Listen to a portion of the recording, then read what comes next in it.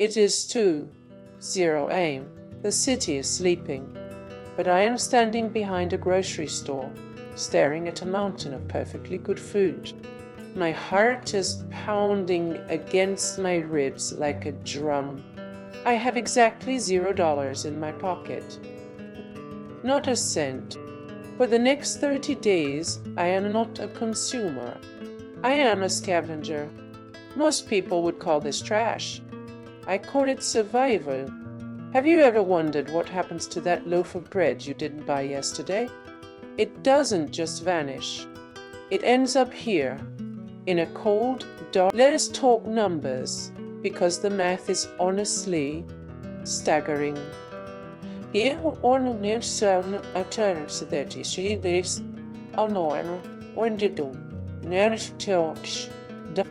The United Nations tells us we throw away 931 million tons of food every single year.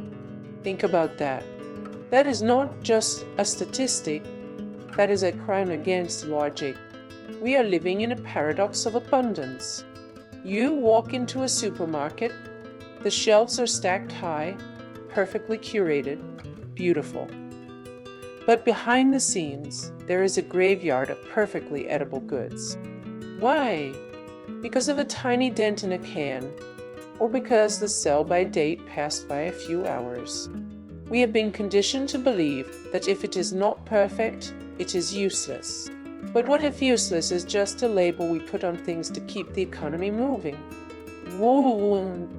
Imagine if you treated your own bank account the way retailers treat their inventory. You would be bankrupt in a week. Yet, we do this on a global scale every single day. So, what is a Freegan? It sounds like a cult, right? Or maybe a radical political movement.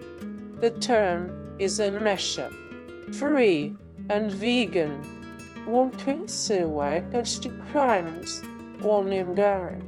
But it goes deeper. In the 1970s, a group called the Diggers in San Francisco started giving away food. They were the original architects of this resistance. They realized that if you opt out of the system, you lose your power to be exploited. Today, it is different. It is about reclaiming your autonomy. When you stop paying for things, you stop being a cog in the machine. You start to see the world not as a marketplace, but as a resource. It is not just about the food. It is about the furniture left on the curb, the clothes people toss out because they are last season. We are drowning in stuff we don't need, bought with money we don't have, to impress people we don't know. Here's the part that keeps me up at night. The law.com. Is this legal? In the United States, thanks to a Supreme Court ruling, dumpster diving is technically not a crime, as long as you do not trespass. But that is a big if. If every store has cameras, every manager has a lock. I have been chased off by security guards more times than I can count. It's a game of cat and mouse. You are technically taking abandoned property, but the moment you step onto that private pavement, you are a criminal. It is the ultimate irony, isn't it? The law protects the right to waste, but it criminalizes the act of reusing. It creates this intense, adrenaline-fueled anxiety. Every time I hear a siren, every time a car pulls into the lot, I freeze. This isn't just about getting a free apple. It is about the fear of being caught living outside the lines. But wait, the game has changed. We are no longer limited to the dark corners of alleyways. There is a new digital freeganism. Apps like Too Good To Go or Olio have gamified the circular economy. Now you don't have to jump into a bin. You just open an app, find a local bakery with leftovers, and claim them for a fraction of the cost, or for free. It is the analog movement meeting the digital age. It removes the stigma. It turns scavenging into a community service. Suddenly, it is not about being a hobo. It is about being an eco-warrior. But is it the same? Does it have the same grit? There is something about the physical act of finding something yourself that changes your brain. It is the hunter-gatherer instinct, dormant for thousands of years, suddenly waking up in the middle of a concrete jungle.